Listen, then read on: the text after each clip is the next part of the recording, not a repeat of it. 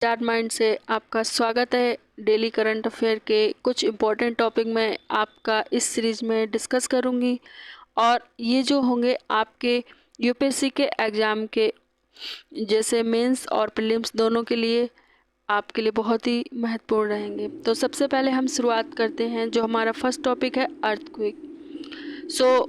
इस टॉपिक में हमारे पास एक आर्टिकल आया है जिसमें बताया गया कि 60% of Indian prone to the earthquake. मतलब हमारे इंडिया में जितनी भी सारी स्टेट का जो एरिया है, अगर हम उनको मिला के बात करें, उस एरिया का जो 60% एरिया है उसमें आप कह सकते हैं कि ये सारा एरिया जो है वो अर्थक्वेक प्रोन एरिया है। तो सबसे पहले ये बात किसने कही है? According to union minister of state. Union minister state हैं, इनको इंडिपेंडेंट चार्ज दिया गया है for science and technology and earthquake science. तो इनके अकॉर्डिंग उन्होंने बताया है कि around 60% of land mass of India covering all state तो is prone to the earthquake of different shaking intensity. तो आप देख सकते हैं कि आप इस इमेज में देख सकते हैं, ये मैं आपको दिखा देती हूँ, ये थोड़ा सा जूम करके। तो कुछ कुछ एरिया को इन्होंने जोन में डिवाइड किया हुआ है। इंडिया के सारे एरियाज़ को इनको जोन जोन के हिसाब से कर दिया है कि इंटेंसिटी के हिसाब से कि किस में कितना मतलब इंटेंसिटी से होता है। तो सबसे पहला हमारे पास है जोन फर्स्ट, जिसमें आप देख सकते हैं जोन फर्स्ट का एरिया। यहाँ पे आपको ये हम कलर ले लेते हैं, इसमें पहले चूज़ कर लेते हैं, वाइट कलर लेते हैं, ज़्यादा सही रहेगा समझाने के लिए। तो आप देख सकते हैं ये ब्लू कलर का जो एरिया है, ये पूरा एरिया, ये जो ब्लू कलर के एरिया में आप देख सकते हैं, इसको जोन फर्स्ट कहते हैं।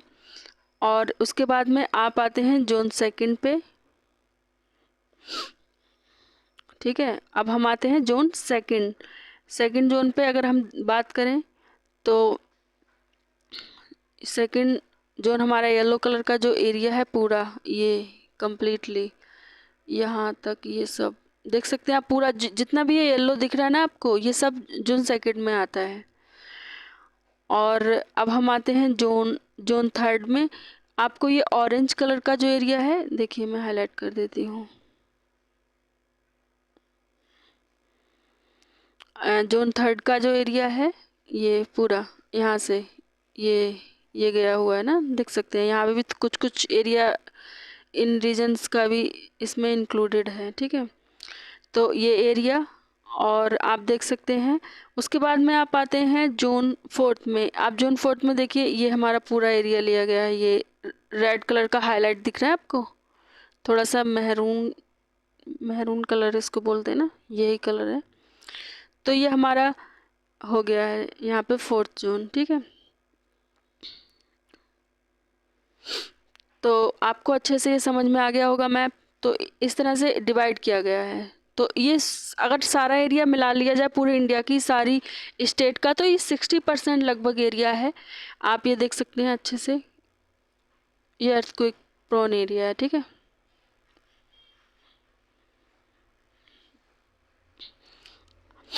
तो सबसे पहले हम समझेंगे कि अर्थक्वेक होता क्या है। एक तरह से हम कहें तो हमारी जो अर्थ का सरफेस है वो शेक होना शुरू हो जाता है, मतलब बहुत ज़ोर ज़ोर से हिलने लगता है। इस ये क्यों होता है? क्योंकि कहीं ना कहीं हमारा जो अर्थ का लिथोस्फीयर है, इसमें क्या होता है, सिस्मिक वेव रिलीज होती हैं और उसकी वजह से ये जो सिस्मिक वेव हैं उनमें से एनर्जी सडन मतलब रिलीज होती है, तो इसकी वजह से होता है। And earthquake is the shaking of the surface occurs without warning, और इनमें कोई वार्निंग भी नहीं होती है, of the earth resulting from the sudden release of energy in the earth lithosphere that creates seismic wave. तो हमारा जो लिथोस्फीयर है, इसमें सडन एक तरह से एनर्जी रिलीज होना शुरू हो जाती है और इसकी वजह से क्या होता है, सिस्मिक वेव क्रिएट होती हैं जो कि अर्थक्वेक के लिए जिम्मेदार होती हैं, ठीक है। सेकंड पॉइंट हमारे पास ये है, it is a tectonic in origin. एक तरह से कहा जाए तो ये टेक्टोनिक है, मतलब हमारे अर्थ का जो सरफेस है उससे रिलेटेड होता है। And resulted from the release of the accumulated stress of the moving lithospheric crystal plates. तो हमारा जो लिथोस्फीयर है उसकी जो क्रिस्टल लिथोस्फीयर पेरिक या फिर क्रिस्टल प्लेट्स जिनको बोलते हैं, इनमें मतलब एक तरह से स्ट्रेस होता है और उसमें मूवमेंट होना शुरू हो जाता है। तो इसकी वजह से क्या होता है, अर्थक्वेक आ जाता है। The earth crest is divided into 7 major plates. हमारा जो अर्थ क्रेस्ट है इसको हम 7 मेजर प्लेट्स में डिवाइड कर सकते हैं, and several minor plates which move slowly and continuously over the earth's interior. तो कहीं ना कहीं अगर हमारा पूरा अर्थ है ना, उसकी क्रेस्ट को हम प्लेट्स में डिवाइड किया हुआ है। कुछ कुछ छोटी प्लेट्स भी होती हैं। ये ज्योग्राफी में आप डिटेल से पढ़े भी होंगे कि हमारा मतलब जो है अर्थ का जो क्रस्ट है उसको प्लेट्स में डिवाइड किया गया है। तो ये क्या होती हैं, स्लोली मूवमेंट करती रहती हैं। सो अर्थ के इंटीरियर में इनका मूवमेंट्स होता है, जिसकी वजह से कहीं ना कहीं आपस में ये टकरा जाती हैं। उसकी वजह से कुछ कुछ जैसे अर्थक्वेक्स होती हैं, वॉल्केनिक एरप्शन वगैरह, ये सब कुछ होता रहता है, इनके मूवमेंट से ही होता है। ठीक है। The occurrence of an earthquake in a populated area may cause numerous casualties and injuries as well as extensive damage to property। तो अर्थ अगर कहीं पॉपुलेटेड एरिया में होता है जहाँ पे बहुत ज़्यादा भीड़ वगैरह है, तो इससे बहुत ज़्यादा जान माल को बहुत ज़्यादा हानि होती है, लोग काफ़ी घायल भी हो जाते हैं, और हमारा जो बहुत सारी प्रॉपर्टी होती है उसका भी डैमेज होता है। तो एक तरह से कहें तो ये हमारे लिए अर्थ को एक बहुत ही ज़्यादा मतलब खतरनाक होता है। ठीक है। Earthquake waves are basically of 2 types. मतलब इनको हम 2 टाइप्स में इनको डिवाइड कर सकते हैं। सबसे पहले तो इनको हम क्या बोलते हैं, बॉडी वेव्स बोलते हैं। Generated due to the release of energy at the focus.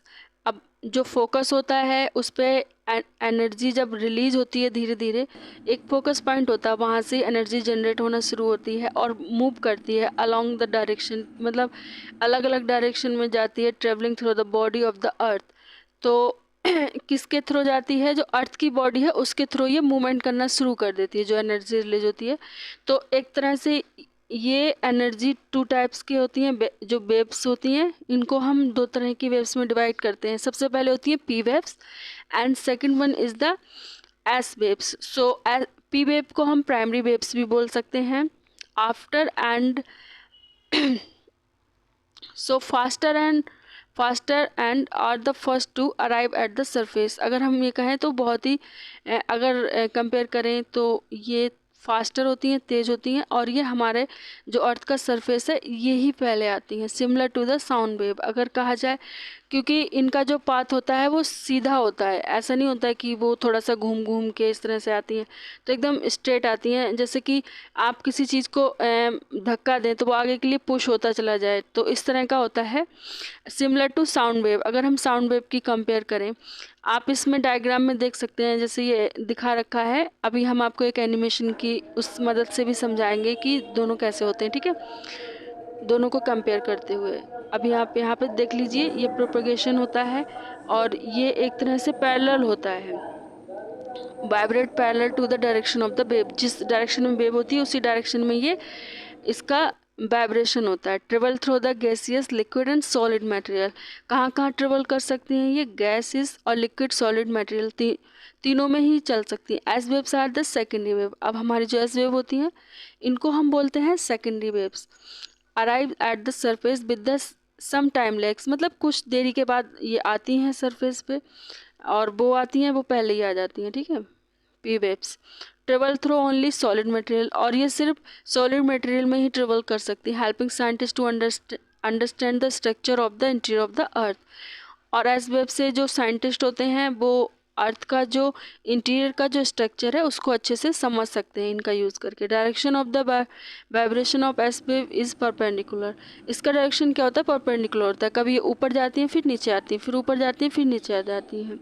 आप इमेज में भी देख सकते हैं, ये ट्रफ एंड क्रस्ट को क्रिएट करते हुए आगे और मतलब ऊपर और नीचे जाती हैं। Surface wave most damaging. जो सरफेस वेव्स होती हैं वो भी एक तरह की वेव्स ये अलग से होती हैं। इनमें क्या होता है कि ये 2 तरह की होती हैं, ये मोस्ट डैमेजिंग भी होती हैं एक तरह से कहा जाए। The body waves interact with the surface rocks. अगर कहा जाए तो कोई रॉक है मान लिया, उसके ऊपर अगर कोई वेव आई और उससे टकराई तो उसकी वजह से क्या होगा, एक न्यू सेट वेव्स का क्रिएट हो जाएगा। मतलब वहाँ से टकराया फिर वहाँ से और एनर्जी लेगा और वो फिर नई वेव बन जाएंगी। इनको क्या बोलते हैं, सरफेस वेव्स बोलते हैं, which move along the surface. तो ये ना तो एकदम सीधे सीधे चलती हैं, इनका मूवमेंट जो होता है वो रेंडमली, मतलब ऊपर नीचे सीधा उधा हर तरह से चलता है ये, ठीक है। तो these are the specific area where waves are not reported by the seismograph. अब हमारा शैडो जोन जो होता है उस एरिया को कहते हैं जहाँ पे कोई भी वेव हमारी जो होती है सिस्मोग्राफ पे रिपोर्ट नहीं की जाती। मतलब सिस्मोग्राफ पे अगर हम चेक करें तो ऐसा एरिया जहाँ पे कोई भी वेव नहीं होती है उसको ही बोलते हैं हम शैडो एरिया। ओके, अब हमारे पास अर्थक्वेक को मेजर कैसे करते हैं उसके बारे में है। So the earthquake events are scaled either according to the magnitude or intensity of the shock। अगर हम बात किए जाए तो अगर हमें earthquake का स्केल करना है तो या तो हम उसका कितना मैग्नीट्यूड है या उसमें कितनी इंटेंसिटी है, मतलब कितनी तेज़ी से आया है या कितना आया है जो हमारा शॉक हुआ है, मतलब जो ज़ोर से झटका लगा है वो कितनी इंटेंसिटी का था। तो ये उसी से स्केल किया जाता है। The magnitude scale is known as the Richter scale. अगर हम कह जाएँ तो इसको हम रिचर स्केल कहते हैं और ये 0 से 10 तक इसका हम मेज़र करते हैं, ठीक है। Indicating energy release during the quake. और यहाँ पे जो एनर्जी मतलब कितनी रिलीज होती है जब अर्थक्वेक आता है उससे हम इंडिकेट करते हैं, ठीक है। The intensity scale is named after Mercalli 112। So intensity scale किसके नाम पे किया गया, मर्कली के नाम पे किया गया। सरफेस वेव्स मोस्ट डैमेजिंग, ये तो हम ऑलरेडी डिस्कस कर चुके हैं, आप इस इमेज से समझ सकते हैं। जो शैडोजन और सरफेस वेव्स आपको कन्फ्यूजन अगर हो रहा है तो आप इस इमेज में देख सकते हैं। चलिए आपको अच्छे से समझा देते हैं। देखिए कुछ कुछ जो वेव्स होती हैं इनमें देखिए ये जो वेव्स आ रही हैं पी वेव्स हैं, यहाँ पे ये है पी वेव्स, ठीक है। पी वेव्स का जो ये एरिया है ये वाला, कलर चेंज कर लेती हूँ थोड़ा सा, येलो पर्पल ले लेते हैं यहाँ पे, ठीक रहेगा। हाँ तो ये है पी वेव्स है, ठीक है। इसमें क्या होता है, देखिए ये हमारी पी वेव्स गई, ये बहुत ही मतलब तेज़ी से जाती हैं, ठीक है। तो ये तो सभी में चल लेती हैं, सॉलिड लिक्विड कैसा भी हो। आपको भी पता है कि जो हमारा अर्थ का जो इंटीरियर है वो किस तरह का बना हुआ है, तो सॉलिड हो या लिक्विड हो कैसा भी हो तो वो उससे पास होती हैं। तो यहाँ से देखिए ये आराम से जा रही हैं पी वेव्स, यहाँ पे भी गई, यहाँ पे भी गई, नीचे तक आ गई और फिर यहाँ पूरा।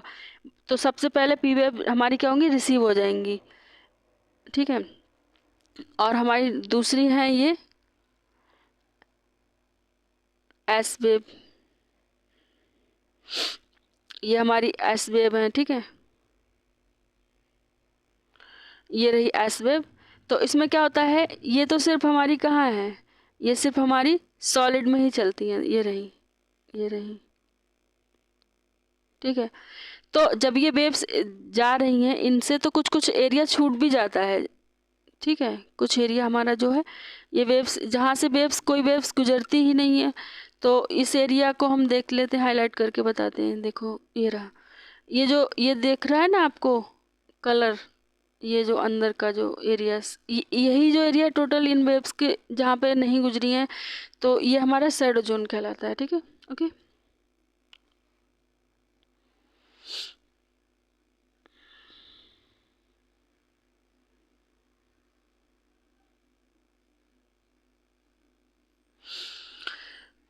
अब हमारा जो मतलब अर्थक्वेक है हमारे इंडिया के लिए कितना रिस्की है, उसका क्या रिस्क है इसके बारे में डिस्कस है। India has been divided into 4 zone, ये हम ऑलरेडी डिस्कस कर चुके हैं, first second third fourth and fifth according to the seismic zoning map of India prepared by the Bureau of Indian standard.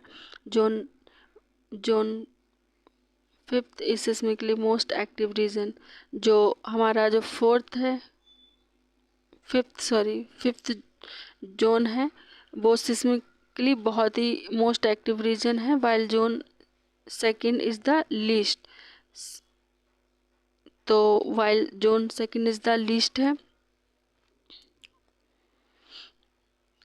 Around 11% of the country falls in the zone. अगर हम बात करें तो अगर हमारा जोन 5 है वो सबसे ज़्यादा एक्टिव रीजन है, जहाँ पे लगातार आते रहते हैं अर्थक्वेक। और जो सेकंड है वो थोड़ा सा कम, सबसे कम होगा, ठीक है, एक्टिव, ठीक है। Around the 11% of the country falls in zone 5। हमारी कंट्री का लगभग 11% जो एरिया है वो जोन 5 में आता है, 18% जो एरिया है वो 4th में आता है, और 30% जो एरिया है वो 3rd में आता है, and the remaining in the zone 2nd, और जो बाकी का जो रिमेनिंग है जोन 2nd में आता है। Reasons for the earthquake proneness in India. So the Indian plate is driving into Eurasia at a rate approximately 47 millimeter per year. तो हमारी जो इंडियन प्लेट है ड्राइव कर रही है यूरेशिया की ओर, किस रेट से कर रही है? 47 मिलीमीटर। मतलब हमारी जो इंडियन प्लेट है उसका मूवमेंट हो रहा है यूरेशिया प्लेट की ओर, तो उसकी जो स्पीड है वो 47 मिलीमीटर हर साल में हमारा मूवमेंट कर रहा है। और हिमालयन बेल्ट क्या है? Collision between Indo Australian plate with the Eurasian plate causes lots of strain in.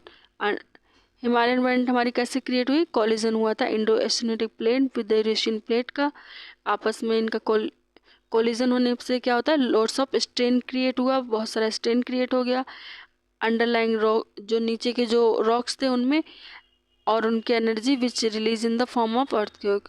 तो ये हमेशा होता ही रहता है यूरेशियन प्लेट और इंडो ऑस्ट्रेलियन प्लेट और यूरेशियन प्लेट में जब भी कॉलिजन होता है तो वहाँ से बहुत सारी एनर्जी रिलीज़ होती है, और जब ये एनर्जी रिलीज़ होती है तो इससे क्या होता है? अर्थक्वेक आता है। Andaman and Nicobar island sea floor displacement and under water volcano disturb the equilibrium of the earth surface. Andaman and Nicobar का आइलैंड है, इसमें क्या होता है? सी फ्लोर का डिस्प्लेसमेंट होता है अंडर वाटर ही, क्योंकि जो वॉल्केनोज होती हैं वो डिस्टर्ब करती हैं हमारा अर्थ का सरफेस का, उनका जो इक्विलिब्रियम है उसको डिस्टर्ब करती हैं। अब डेक्कन प्लेटो की बात करते हैं। The emergence of the fault line, यहाँ पे क्या होता है? एक फॉल्ट लाइन का इमरजेंस हो रहा है and energy build up along the fault line, और एनर्जी बिल्ड हो रही है अलॉन्ग द जो ये फॉल्ट लाइन है, जो रिवर भीमा है, जो ये किसकी ट्रिब्यूटरी है? कृष्णा की, near the Latur and Osmanabad Maharashtra, ठीक है। Increasing population and unscientific land use for construction make India a high risk and for earthquakes. हमारे इंडिया में पॉपुलेशन कितनी तेज़ी से बढ़ रही है, इसकी वजह से क्या होता है? अनसाइंटिफिक यूज़, कंस्ट्रक्शन, लोग घर बनाते हैं अपना अलग अलग जगह पे ऐसे जोन्स में बना लेते हैं, और जहाँ पे बहुत सारा, जब घर बनेगा तो वहाँ पे बहुत सारे लोग आएंगे, तो वहाँ पे क्या होता है? एक तरह से कहीं ना कहीं अर्थ को कंस्ट्रक्शन एरिया में पहले से ही चेक कर लेना चाहिए कि वहाँ पे कोई सिस्मिक जोन तो नहीं है, और वहाँ पे अगर घर बनाते हैं तो बहुत ही हाई रिस्क होता है इसमें, क्योंकि बहुत सारे लोगों की जान भी चली जाती है। ये हमारे पास लास्ट इमेज थी, मैप में आप देख सकते हैं, और काफ़ी लोग देख के शायद कंफ्यूज हो होंगे, जोन 1, जोन 2, जोन 3, 4th। तो हमने जो ये बताया था उन्हीं को अगर कहा जाए तो जोन, कई लोग अगर कहा जाए इनको पहले जोन 2nd, 3rd, 4th या 5th बोलते थे, 2nd से स्टार्ट करते थे, लेकिन इनको रिवाइज्ड किया गया दोबारा से, ठीक है। हाँ, मतलब आप बस एक ऐसे कर लो, 1st, 2nd, 3rd भी रख सकते हो, 4th तक जाएगा। अगर 2nd से स्टार्ट करते हो तो ये 5th तक जाएगा, ठीक है।